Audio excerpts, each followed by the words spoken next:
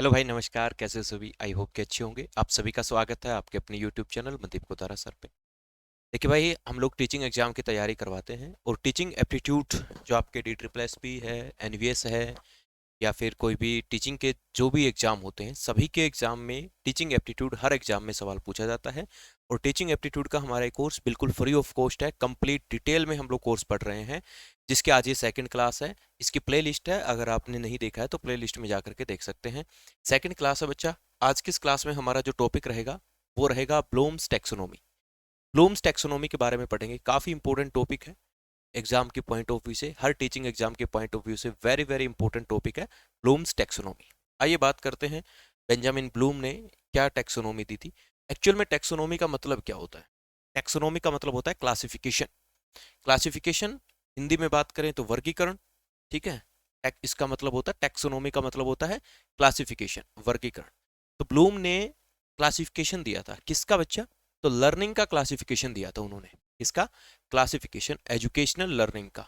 तो educational learning का इन्होंने क्लासिफिकेशन दिया था और इन्होंने तीन एस्पेक्ट्स के ऊपर चर्चा की थी। एक एक करके समझेंगे।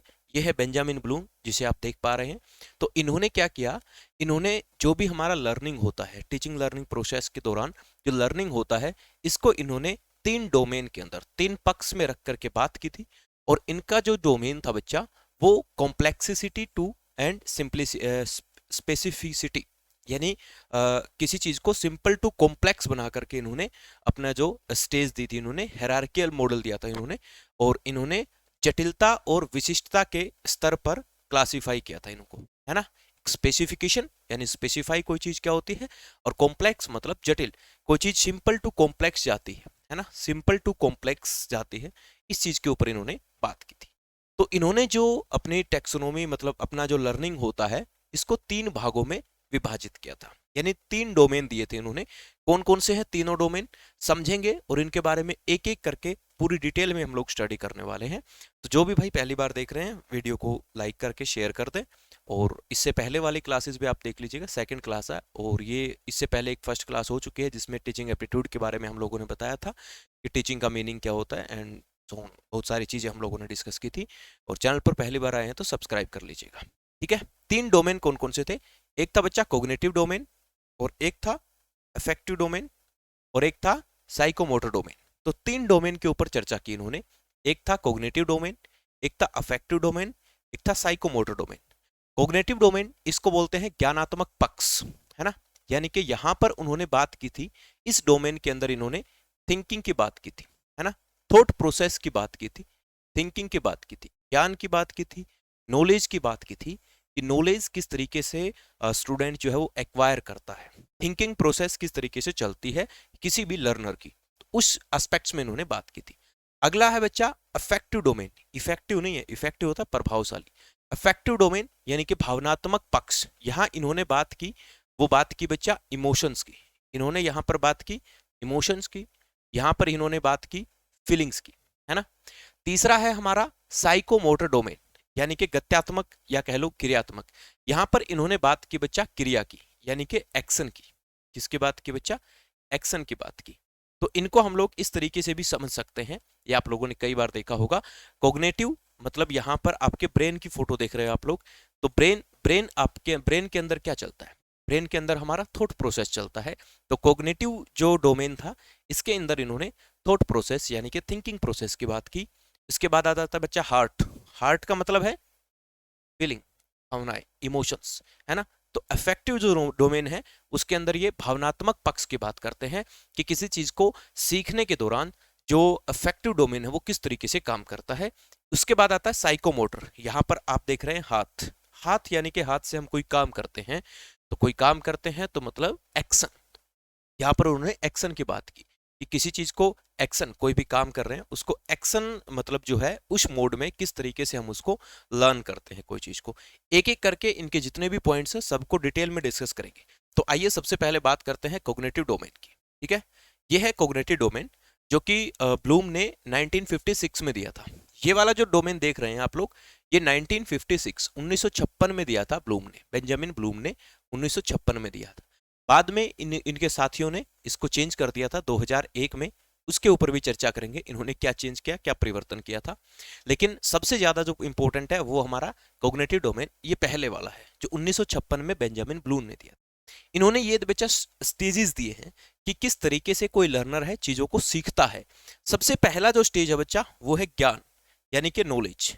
सबसे पहले बच्चा जब भी कोई सीखता है, कोई भी लर्नर किसी भी चीज को सीखता है, तो सबसे पहले वो ज्ञान अर्जित करता है, यानी कि सबसे पहले उसके अंदर नॉलेज भरी जाती है। ठीक है, सबसे पहले वो नॉलेज को एक्वायर करता है, यानी कि कोई भी चीज है सबसे पहले क्या करते हैं, नॉलेज को एक्वायर किया जाता है ना। यानी कि अगर हम बात करें, आप मैथ पढ़ रहे हैं तो मैथ में क्या है बच्चा, 2+2 क्या होता है, 4 होता है। ठीक है, तो सबसे पहले ये नॉलेज बच्चे को दी जाती है।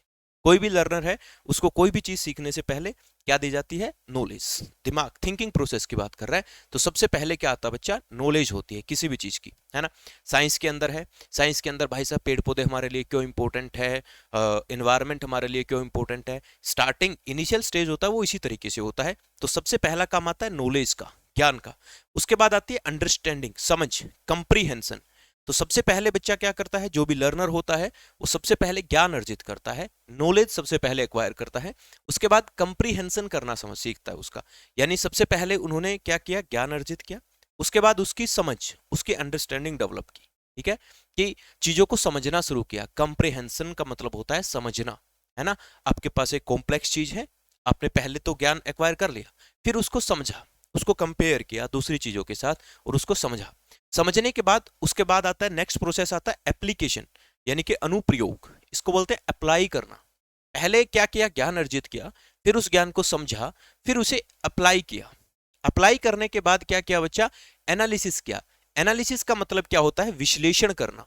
इसका मतलब होता है उसे टुकड़ों में डिवाइड करना, है ना।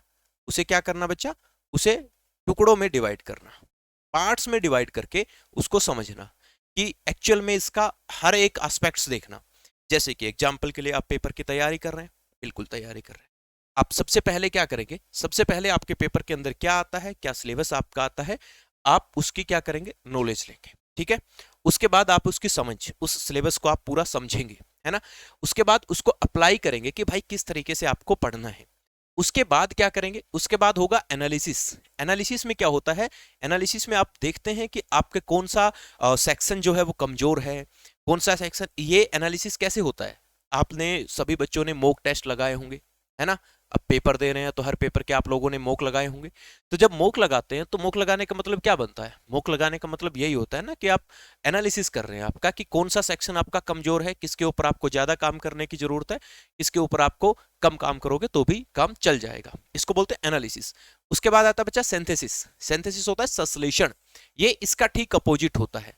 ठीक है, एनालिसिस होता है किसी चीज को टुकड़ों में तोड़ के समझना, और एनालिसिस होता है होलिस्टिक अप्रोच, है ना। यानी कि जितने भी अलग अलग एस्पेक्ट्स है सबको एक साथ जोड़ करके देखना, ये होता है बच्चा सिंथेसिस। यानी कि जितने भी उसके पास नॉलेज है, अब सबको ओवरऑल आप एनालिसिस करते हैं, उसका सिंथेसिस। पहले एनालिसिस किया आपने अलग अलग पार्ट्स के अंदर, उसके बाद सभी को एक साथ जोड़ के आपने देखा कि आपके मॉक के अंदर कितने नंबर आ रहे हैं, क्या ये नंबर जो है आपके लिए सफिशिएंट है आपके सिलेक्शन के लिए। तो उसके इस प्रोसेस को बोलते हैं सिंथेसिस। और लास्ट में बात आती है बच्चा इवोल्यूशन की, है ना, सॉरी, हाँ, इवोल्यूशन मतलब मूल्यांकन। इवैल्यूएशन का मतलब होता है मूल्यांकन। ये एक तरह से कह लो आपका कि फाइनल एग्जाम है ना। तो फाइनल एग्जाम में क्या होता है बच्चा, आपका मूल्यांकन होता है। तो ये था इनका जो सबसे पहले इन्होंने कॉग्निटिव डेवलपमेंट डोमेन की बात की थी, यानी कि ज्ञानात्मक पक्ष की हम जिस इन्होंने बात की थी 1956 के अंदर। उसके बाद क्या हुआ बच्चा, उसके बाद हुआ इसके अंदर कुछ चेंजेस, कुछ बदलाव हुए। ठीक है, कुछ बदलाव हुए बच्चा कब, तो 2001 में। तो ये देख रहे हो आप लोग, ठीक है। तो बेंजामिन ब्लूम की जो टैक्सोनॉमी थी, उसका जो कॉग्निटिव डोमेन था, उसके अंदर कुछ चेंजेस हुए बच्चा, परिवर्तन हुए। कब, 2001 में। 2001 में क्या हुआ बच्चा, 2001 में इसको थोड़ा सा, मतलब कुछ नहीं, सेम चीज है, कुछ भी ज्यादा घबराने की जरूरत नहीं है, वही चीजें सेम है। पहले नाउन के फॉर्म में थे वो, है ना। अगर आप लोग देखें, थोड़ा बहुत इंग्लिश आप लोग जानते ही होंगे, टीचिंग की तैयारी कर रहे हैं, यहाँ पर आप जितनी भी चीजों को देख रहे हैं, नॉलेज है, कंप्रीहेंशन है, एप्लीकेशन है, एनालिसिस है, सिंथेसिस है, एवेल्युएशन है, ये सारे के सारे नाउन है। फिर इन्होंने क्या कर दिया, इनको वर्ब बना दिया। क्या कर दिया, इनको वर्ब बना दिया। जैसे कि नॉलेज है, नॉलेज से बना बच्चा रिमेम्बरिंग, यानी कि याद रखना। ये एक प्रोसेस हो गई, ये एक वर्ब हो गई, क्रिया हो गई, बात वही है। ठीक है, उसमें ज्ञान अर्जित कर लिया, आपके पास जितनी नॉलेज है, जितना ज्ञान है, यह है रिमेंबरिंग, कि आप फैक्ट को, है ना, रिकॉल स्पेसिफिक फैक्ट, आप फैक्ट को कितना याद रख पाते हैं। उसके बाद जो कंप्रीहेंशन था उसको इन्होंने नाम दे दिया अंडरस्टैंडिंग, ठीक है, कि आप उनके मीनिंग्स को समझो, जो आपके पास रिमेंबर जो चीज है आपके, आप उसके मीनिंग को समझे, यानी समझना। उसके बाद है वहां पर था एप्लीकेशन, यहां पर हो गया अप्लाइंग, यानी कि लागू करना, जो भी आपके पास इंफॉर्मेशन है उनको इंप्लीमेंट करना बच्चा, अप्लाई करना, ठीक है। उसके बाद है एनालाइजिंग, विश्लेषण करना, वहां था एनालिसिस, यहां पे था एनालाइजिंग, कि उसको विश्लेषण करना, जो भी चीज आपने अप्लाई किया है, ठीक है, उसको समझना और उसका एक पूरा एनालिसिस करना। इसके बाद बच्चा इन्होंने जो सिंथेसिस था ना, इसको इन्होंने चेंज कर दिया और उसके लिए इन्होंने एक नया नाम दिया, और वो दिया क्रिएटिंग। क्या नाम दिया? क्रिएटिंग। यानी आप अपनी इंफॉर्मेशंस को यूज करके कुछ नई चीज क्रिएट करें, ठीक है। और मूल्यांकन को इन्होंने एक नीचे वाले स्टेज में शिफ्ट कर दिया, ठीक है। मूल्यांकन करना जो था उसको इन्होंने शिफ्ट कर दिया कि भाई मूल्यांकन करने के बाद क्रिएट करना, ठीक है ना। तो ये इनका एस्पेक्ट था जो 2001 वाला था, ठीक है। यहां पर बच्चा जो LOTS, इसको बोलते हैं लोअर ऑर्डर थिंकिंग स्किल। ये जो नीचे वाली है लोअर ऑर्डर जो है थिंकिंग स्किल है, और जो ऊपर वाली है बच्चा ये हायर ऑर्डर है, ठीक है। क्योंकि देखिए रिमेंबर करना, किसी चीज को याद रखना, उसकी समझना, उसको अप्लाई करना, ये लोअर लेवल जो लर्निंग है उसका लोअर लेवल है। और उसके बाद उसको एनालिसिस करना, उसका वैल्यूएशन करना, और उसके से कोई नई चीज क्रिएट कर देना, ये चीजें क्या है, ये हायर ऑर्डर है स्किल के, ठीक है ना। चलिए अब चेंजेस क्या क्या हुए थे। ये 1956 वाला, आप देखेंगे दोनों को ध्यान से, तो ये 1956 वाला है बच्चा, है ना। ये जो यहाँ पर है ये 1956 वाला है, और यहाँ पर जो है बच्चा ये आपका क्या है, ये रिवाइज्ड ब्लूम टैक्सोनॉमी है। तो ये ओरिजिनल वाली 1956 वाली है, वो 2001 वाली है। चेंजेस क्या है? कुछ नहीं है चेंजेस, सेम टू सेम है। नॉलेज है उसको रिमेंबरिंग कर दिया, कंप्रीहेंशन है उसको अंडरस्टैंडिंग कर दिया, एप्लीकेशन है उसको अप्लाइंग कर दिया, ठीक है। एनालिसिस है उसको एनालाइजिंग कर दिया, ठीक है। हाँ, ये चीजों को चेंज कर दिया। जो एवेल्युएशन था इसको इन्होंने एक नीचे वाली टर्म में ले आए, और जो सिंथेसिस था इसका नाम बदल करके उसको क्रिएट कर दिया बच्चा। तो ये इनका परिवर्तन जो था, जो चेंज था। यहां तक बात क्लियर है? आई होप कि आप लोग समझ गए होंगे इसका जो कोग्निटिव डोमेन था उसके बारे में। उसके बाद आते हैं बच्चा भावात्मक पक्ष, यानी कि जहां पर इमोशनल होते हैं, इमोशनली लोग चीजों को कैसे लर्न करते हैं उसको समझते हैं। तो ये पहला जो था वो था मेंटल लेवल पे, कि चीजों को जो थॉट प्रोसेस है उसके द्वारा कैसे लर्न किया जाता है। यहां पर जो बात कर रहे हैं, जो सेकंड वाला जो इनका पक्ष था, जो कि अफेक्टिव डोमेन था, जिसको हम बोलते हैं भावात्मक पक्ष, यानी जहां भावनाएं, इमोशंस के जरिए जो इंसान है वो कैसे सीखता है चीजों को। तो सबसे पहले यहां पर जो स्टेप आता है वो आता है बच्चा रिसीविंग। सबसे पहले क्या आता है? रिसीविंग, यानी कि कोई भी डेटा रिसीव करता है ना। यानी कि इमोशनली हम किसी चीज को जब देखते हैं तो हम क्या कर रहे हैं, वो सारी इंफॉर्मेशन रिसीव कर रहे हैं। कोई भी चीज को आपने देखा, आपने क्या किया, उसको रिसीव कर लिया अपने बॉडी के अंदर। उसके बाद आप प्रतिक्रिया देंगे, आप रिस्पोंड करेंगे उसको, है ना।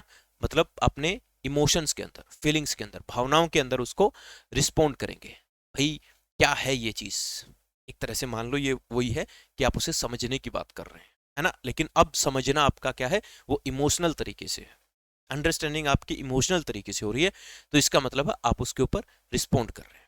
तो जब आप रिस्पोंड करते हैं बच्चा, तो आप उसे उसका मूल्यांकन करते हैं, उसे वैल्यूइंग करते हैं, यानी उसे आप वैल्यू देते हैं कि भाई ये चीज अच्छी है या ये चीज बुरी है ना। इमोशनली चीजों को पहले आप देखते हैं, रिसीव करते हैं, अपने कलेक्शन डाटा कलेक्ट किया, रिसीव किया, उसके बाद आपने उसके ऊपर रिस्पोंड किया, उसके बाद आपने उसको वैल्यू दिया कि भाई ये चीज अच्छा है या बुरा है। उसके बाद आपने उसको ऑर्गेनाइज किया अपने ब्रेन के, अपने इमोशंस के अंदर, फीलिंग के अंदर, और ऑर्गेनाइज करने के बाद वो चीजें आपके कैरेक्टर में आ गई। आपका क्या हो गया? कैरेक्टराइजिंग हो गया, वो आपके चरित्र में आ गई। देखिए इमोशनली, अब इस बात को ऐसे समझिएगा, आप इमोशनली किसी भी चीज के साथ जुड़े हुए हैं, ठीक है। फॉर एग्जाम्पल आप किसी भी, आपने बहुत सारे, इतने साल हो गए आपको पढ़ते हुए, तो आपको बहुत सारे टीचर मिले होंगे, बहुत सारे टीचर से आप पढ़े होंगे।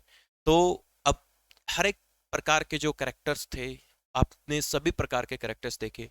हो सकता है किसी का कैरेक्टर आपको बहुत अच्छा लगा हो, किसी का कैरेक्टर हो सकता है आपको बुरा लगा हो, वो आपके पॉइंट ऑफ व्यू से डिपेंड करता है, वो हमारे इंडिविजुअल पॉइंट ऑफ व्यू पे डिपेंड करता है। अब आपने किसी भी एक कैरेक्टर को देखा, आपने उसके डाटा को रिसीव किया, ठीक है ना, आपने रिसीव किया, रिसीव करने के बाद मेरे बच्चा आपने उसके ऊपर रिस्पोंड किया, क्या किया, रिस्पोंड किया इमोशनली, है ना, थिंकिंगली नहीं, इमोशनली, इमोशनली आप उसके साथ कनेक्ट हुए, और उसके बाद आपने उसको वैल्यूइंग किया, वैल्यूइंग मतलब आपने उसको वैल्यू दिया कि यार ऐसा बनना है, ये कैरेक्टर मेरे को जचता है ना? तो ये सब चीजें जब आपके अंदर चली, इमोशनली आपने ये चीज को फील किया, फिर आपने अपने इमोशंस के अंदर उनको ऑर्गेनाइज कर लिया, उनका संगठन बना लिया। अब आपको जो भी वो चीजें थी, आपको वो सारी की सारी चीजें उस कैरेक्टर से रिलेटेड जितनी चीजें थी, सारी की सारी चीजों के ऊपर आप लोग रिस्पोंड करने लगे, सारी चीजों को वैल्यूइंग करने लगे। आपको जो जो चीजें अच्छी लगती गई, उन उन चीजों को आप लेते गए और अपने दिमाग के अंदर सेट करते गए, ठीक है। जैसे ही आपने ऑर्गेनाइजेशन बनाया, उसके बाद धीरे धीरे जैसे जैसे समय बीता, इमोशनली आपके अंदर वही कैरेक्टर डेवलप होने लगा। आपका चरित्र का जो निर्माण है वो वैसा ही होने लगा जैसा आप चाह रहे थे। एक सुना है ना आप लोगों ने, law of attraction, the secret देखा होगा आप लोगों ने, एक नोवेल है, पढ़ा भी होगा, मूवी भी है द सीक्रेट करके, वो देखा होगा आपने, उसमें इसी चीज के ऊपर बात करते हैं कि हम जैसा सोचते हैं ना, हम जैसा फील करते हैं, हम वैसा बन जाते हैं। पढ़ा होगा आप लोगों ने, नहीं पढ़ा तो पढ़ना, बहुत अच्छी चीज है, जबरदस्त चीज है, द सीक्रेट नाम है उसका। तो ये है बच्चा इसका भावात्मक पक्ष, कि किसी भी चीज को लर्न करने के लिए किस तरीके से भावात्मक पक्ष, अफेक्टिव डोमेन काम करता है। पहले डाटा को रिसीव करना, फिर रिस्पॉन्ड करना, फिर वेल्विंग करना, फिर ऑर्गेनाइजिंग करना, और उसके बाद आपके वो करेक्टर के अंदर ढल जाएगा सर, आपके चरित्र में ढल जाएगा वो।